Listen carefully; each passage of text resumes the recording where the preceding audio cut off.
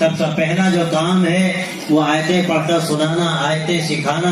تو یہ جو کام ہو رہا ہے قرآن مجید کے سیکھنے اور سکھانے کا، حقیقت میں اقرار نبوت ہے.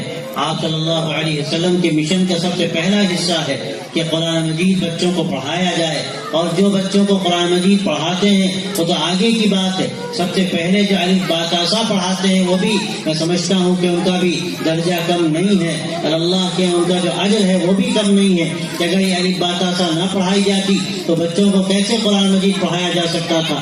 تو یہ سارے حضرات جو ابتدا میں بچوں کو تعلیم دیتے ہیں، جن کو لوگ بعض مرتبہ بہت معمولی سمجھتے ہیں، اور یہ پڑھانے والے بھی بعض مرتبہ اپنی ذہنیت کا احساس نہیں کر پاتے، ان کو اس کا احساس ہونا چاہیے کہ اللہ نے ایک بڑے کام کے لیے ان کو قبول فرمایا.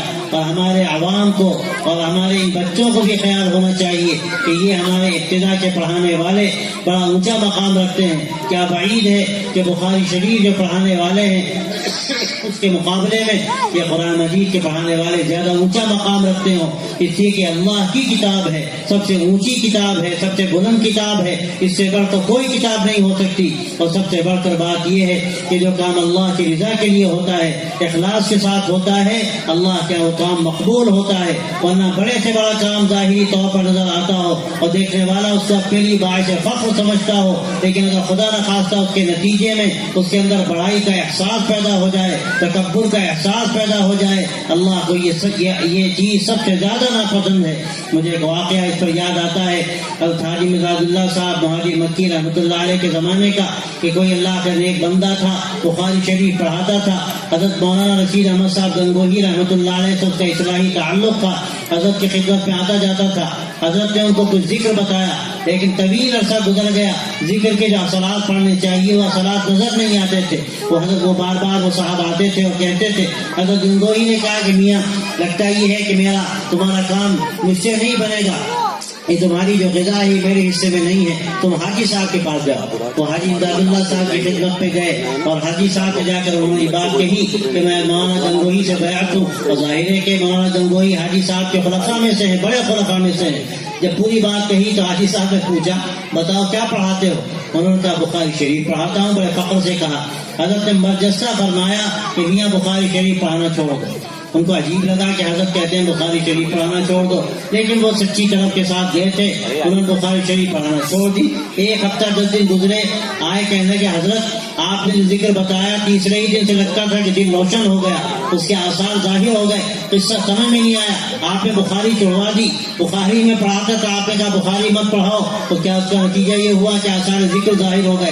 فرمایا مسئلہ بخاری کا نہیں تھا، مسئلہ تمہارے اندر اس تکبر، اس بڑائی کے احساس کا تھا کہ بخاری شریف پڑھانے کے نتیجے میں پیدا ہو رہی ہے. اس کا نقصان یہ تھا کہ آثار ذکر ظاہر نہیں ہو رہے تھے. تو بھائیو بخاری پڑھاؤ، مسلم شریف پڑھاؤ، حدیث کی اعلیٰ کتابیں پڑھاؤ، یا سنن القرآن پڑھاؤ، قاعدہ بغدادی پڑھاؤ، الف با تا سا پڑھاؤ، جو بھی پڑھاؤ اگر اللہ کے لیے پڑھاؤ گے تو اس کے اثرات ہوں گے، اس کے نتائج نکلیں گے، اس کے ثمرات سامنے آئیں گے. اور اگر خدا نخواستہ ہماری نیتوں کے اندر فطور ہے، پڑھانے والے کے اندر خدا نخواستہ اگر یہ فطور ہو، کام کرنے والوں میں فطور ہو، چندہ دینے والوں میں فطور ہو، ادارے قائم کرنے والوں میں فطور ہو، اور خدا نخواستہ نام کے لیے وہ کام کیے جائیں، پتھر لگوانے کے لیے کمرے بنوائے جائیں جیسے کہ آج اس زمانے میں دستور ہوتا چلا جا رہا ہے. میرے بھائیوں اس کا نتیجہ کیا ہوگا؟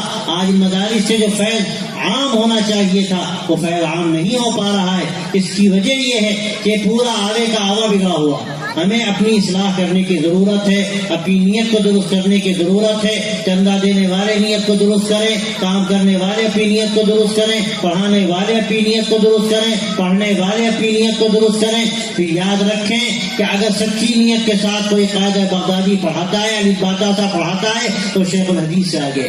اللہ تعالیٰ نے اس کو مقام دیا ہے، اس مقام کو اس کو اندازہ نہیں. اور یہ گواہی ہے سرکار دو عالم حضرت محمد عربی صلی اللہ علیہ وسلم کی کہ خیرکم من تعلم القرآن وعلمہ، تم میں سب سے بہتر وہ ہے جو قرآن مجید سیکھے اور سکھائے. کوئی دنیا میں پھرتا رہے، ساری دنیا میں تبلیغ دعوت کا کام کرتا رہے، کوئی بڑے سے بڑی کتابیں پڑھاتا رہے اور بڑے بڑے مدارس قائم کرتا رہے اور بڑے بڑے خیر کے ظاہری کام کرتا رہے اور اس میں ہزاروں لاکھوں کروڑوں کا چندہ دیتا رہے، لیکن یاد رکھو اگر سچی نیت کے ساتھ اور اخلاص کے ساتھ کوئی بیٹھ کے الف با تا سا پڑھا رہا ہے تو ان سب سے بھاری ہے جو بڑے بڑے کام کر رہے ہیں. مسئلہ سارا نیت کا ہے. ہمارے حضرت میاں جی نور محمد جنجانوی رحمۃ اللہ علیہ جو حاجی امداد اللہ صاحب کے شیخ تھے وہ کیا تھے؟ الف با تا سا پڑھاتے تھے. مدرسے میں چھوٹے سے مکتب کے ملا تھے لیکن اللہ نے جو مقام ان کو دیا کہ آج یہ سارا دیوبند اور یہ ساری تبلیغ اور یہ سارے دین کے جو کام ہے ان کا سلسلہ میاں جی نور محمد سے جڑا ہوا ہے. جو مکتب کے ملا تھے الف با تا سا پڑھاتے تھے.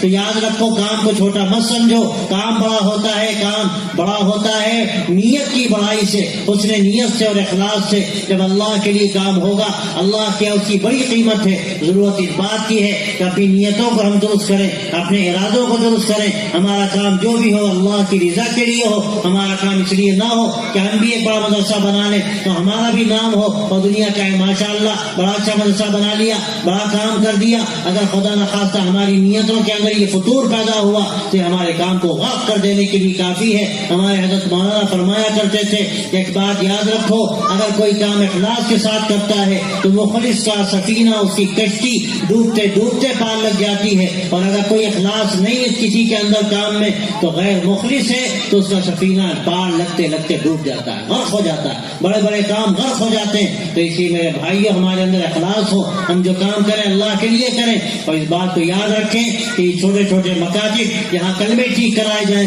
جہاں نمازیں ٹھیک کرائی جائیں، جہاں بچوں کو درود شریف سکھایا جائے، نماز کا طریقہ بتایا جائے، ان کو سنت کے مطابق قرآن مجید پڑھایا جائے، الف با تا سا پڑھائی جائے.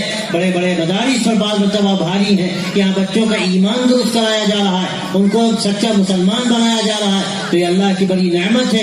اللہ نے آپ کو اس کی توفیق دی. قابل مبارکباد ہے یہ اساتذہ بھی اور قابل مبارکباد ہے آپ کے ذمہ داران بھی اور وہ سارے حضرات جو اس کی فکر کرتے ہیں اور جو اپنے بچوں کو بھیجتے ہیں. یہ بھی ایک بڑا کام ہے. مدرسے قائم کر لیے جائیں، کنواں کھود دیا جائے. کسی کو پیاس کا احساس نہیں، کون آئے گا پانی پینے کے لیے؟ ہم پیاس کا احساس پیدا کریں، ہمارے اندر طلب بھی پیدا ہو. ہم اپنے بچوں کو بھیجیں کہ بچے خدا نخواستہ اگر ان کی دینی تعلیم کا نظم نہ ہوا کہ اسکولوں میں گئے، کانوینٹ میں گئے اور سرکاری اسکولوں میں جا کر تعلیم حاصل کر لی، ان کا ایمان بگڑ گیا، ان کا عقیدہ بگڑ گیا، ان کو خدا اور رسول کا نام پتہ نہیں، ان کو نماز کا طریقہ معلوم نہیں، ان کو طہارت کے مسائل کا پتہ نہیں. آپ پوچھ لیجئے، کرکٹرز کے نام پوچھیے بتا دیں گے، اور دنیا کے اور تماشے ہیں میں کیا نام لوں اس مقدس مجلس میں، ان کے نام پوچھیے تو بتا دیں گے. لیکن آپ پوچھیے کہ خلفائے راشدین کے نام کیا تھے، ان کو کچھ پتہ نہیں. مجھے تجربہ ہے ایک اسکول میں انٹرویو کے لیے بچیوں کو بلایا گیا. بچیاں نہیں چھوٹی،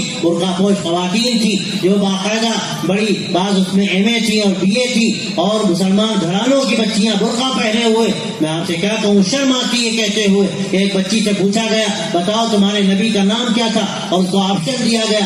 3 نام بتائے، حضرت ابراہیم علیہ السلام، حضرت عیسیٰ علیہ السلام، حضرت محمد صلی اللہ علیہ وسلم. تو بچی کہتی ہے مجھے کوئی ڈاؤٹ ہو رہا ہے، لگتا ہے کہ یسوع مسیح ہمارے نبی تھے. میرے بھائیو یہ مسلمانوں کی حالت ہے. کیوں ہے؟ اس لیے کہ ہم بچوں کو اسکولوں میں ڈال دیتے ہیں، کرسچن اسکولوں میں ڈال دیتے ہیں. ہم کو پرواہ نہیں ہوتی کہ بچے کدھر جا رہے ہیں. ہاں ایمان بیچا جا رہا ہے. آج کیا ہو رہا ہے، میں مختلف علاقوں میں گیا، مجھے پتہ چلا بڑی بچیوں کو کالجوں میں ڈال دیا گیا. وہ کدھر جا رہی ہیں، کس طرح ان کا ایمان ختم ہو رہا ہے، ان کی حیات بالکل اس کو تار تار کیا جا رہا ہے. اور آج ہم آرام سے گھروں میں بیٹھے ہیں اس خیال سے کہ بچی بڑی اچھی ڈاکٹر بن جائے گی، بڑی انجینئر بن جائے گی، بڑی کماؤ خود بن جائے گی. کیا کما کر لائے گی، وہ کہاں جائے گی، اور اس کی کمائی کا حصہ ایک حبہ بھی نہیں ملے گا کمان اس شخص کو جو جس کے اندر لالچ ہے اور وہ ایمان بیچ رہا ہے چند ٹکوں کی خاطر. میرے بھائیوں دوستوں بڑی فکر کی بات ہے. اگر ہم نے اس کی فکر نہ کی، ہماری ماں بہنوں نے گھروں کا ماحول نہ بدلا، ایمانی ماحول پیدا نہ کیا،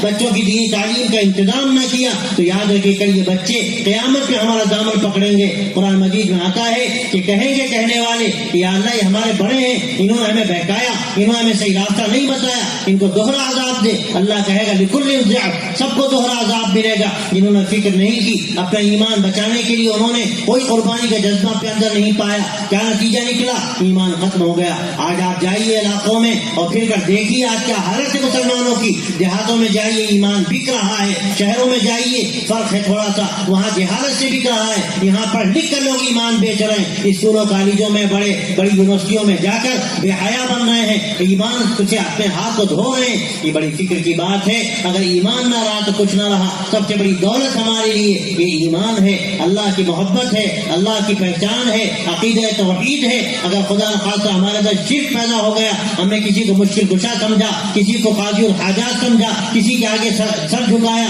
کسی کے سامنے جا کر ہاتھ پھیلائے اور یہ ہم سمجھے کہ ہماری یہاں سے حاجت پوری ہو جائے گی, تو آپ یاد رکھیے یہ مشرکانہ عقیدہ ہے, جس کے نتیجے میں سارے بڑے سے بڑے عمل سوخت ہو جاتے ہیں, حق ہو جاتے ہیں. اللہ کا کوئی عمل مقبول نہیں اگر خدا نخواستہ شرک ہے. یہ شرک وہ برائی ہے, اللہ تعالیٰ اس کو معاف نہیں کرتا. سارے گناہ معاف ہو جائیں گے, یہ شرک معاف نہیں ہو سکتا. اس لیے میرے بھائیوں, ہمیں اپنے عقیدہ توحید کی حفاظت کرنی ہے, اپنے بچوں کے ایمان کو بچانا ہے.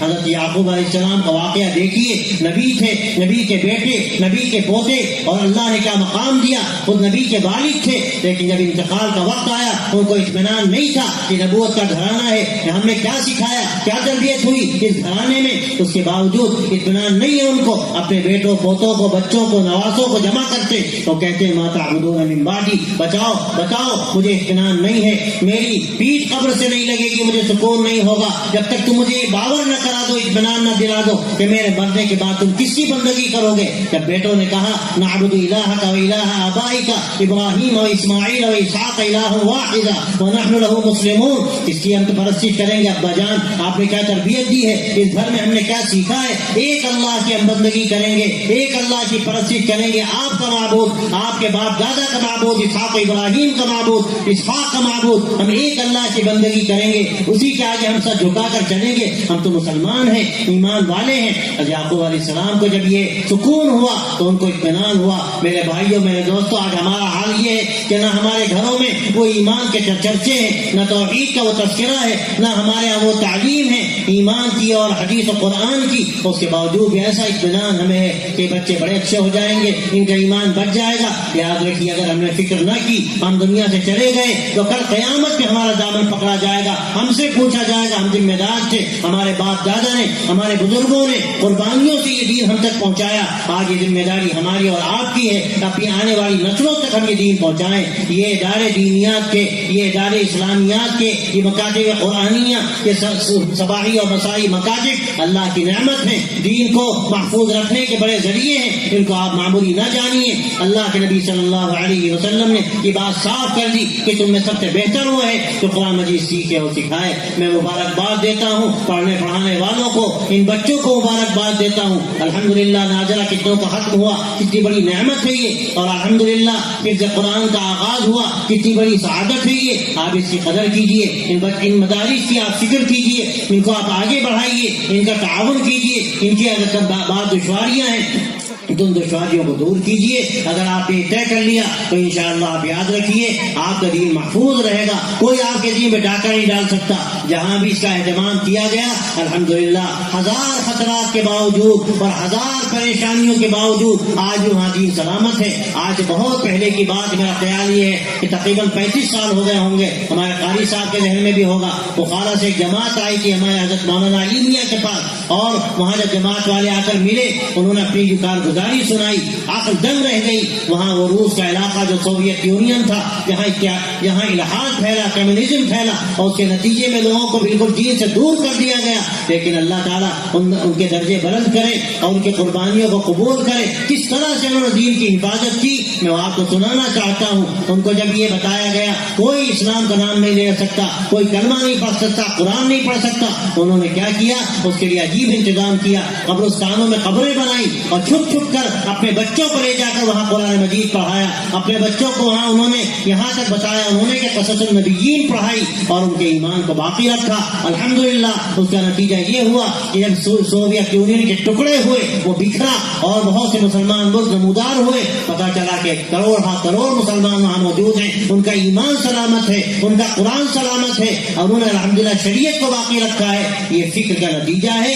آپ کیسے ہی حالات پیدا ہوں اگر فکر مندی کے ساتھ آگے آگے بڑھیں گے اللہ آپ کی حفاظت کرے گا. اور ابھی تو اللہ نے آپ کو بڑے مواقع دیے ہیں. میں تو اکثر کہتا ہوں کہ اللہ نے آپ کو دار اختیار دیا ہے. اس دار اختیار کا اگر آپ نے استعمال کیا اپنے دین کی حفاظت کے لیے, شریعت کی حفاظت کے لیے, عمل کرتے ہوئے, عمل کراتے ہوئے, اس کی فکر کرتے ہوئے, تو آپ یاد رکھیے اللہ تعالیٰ آپ کا دائرہ اختیار بڑھائے گا. اور اگر خدا نخواستہ خود ہم نے عمل نہ کیا تو یہ دائرے ہمارے لیے تنگ ہوتے چلے جائیں گے.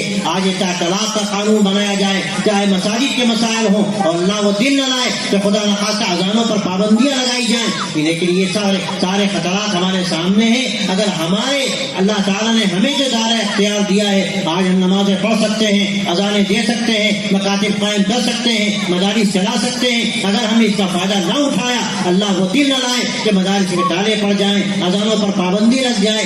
آج ہمارے سامنے سارے یہ اللہ کی طرف سے بڑا فضل و عنایت ہے کہ راستے کھلے ہوئے ہیں. ہمیں اس راستے سے فائدہ اٹھانا چاہیے, ہمیں اس کی فکر کرنی چاہیے. اللہ اور راستے کھولے گا, اللہ تبارک و تعالیٰ دوسروں تک بھی یہ حقائق پہنچائے گا. اس کے لیے طرز زندگی کو ہمیں بدلنا ہے, ایک اچھا اخلاق کا نمونہ لوگوں کے سامنے پیش کرنا ہے, زندگی کو اسلامی بنانا ہے. یہ قرآنی زندگی ہے, اللہ کے نبی صلی اللہ علیہ وسلم کی دی ہوئی زندگی ہے. اگر ہم نے طے کر لیا تو انشاءاللہ یہ ہمارے مدارس و مکاتب جو قائم ہے یہ انشاءاللہ ایمان کے تحفظ کا ذریعہ ہوں گے, یہ ایمان کے قلعے ہوں گے, یہ اسلام کے تحفظ کا ذریعہ ہوں گے. یہاں کے نونحال آگے چل کر یہ انشاءاللہ اسلام کے سپاہی ہوں گے. آگے آنے والی نسلوں تک بھی یہ دین منتقل ہوگا اور ان کے ذریعے سے آگے تک یہ سلسلہ جاری رہے گا. میں آپ کو مبارکباد دیتا ہوں اور میں سمجھتا ہوں کہ انشاءاللہ یہ سلسلہ جو جاری ہے اس میں مزید برکت ہوگی, ترقی ہوگی, اور انشاءاللہ ہم اللہ کی رضا کے لیے اخلاص کے ساتھ اسلام کو جاری رکھیں گے. اللہ تبارک و تعالیٰ قبول فرمائے اور جو خیر برکت کا ذریعہ بنائے.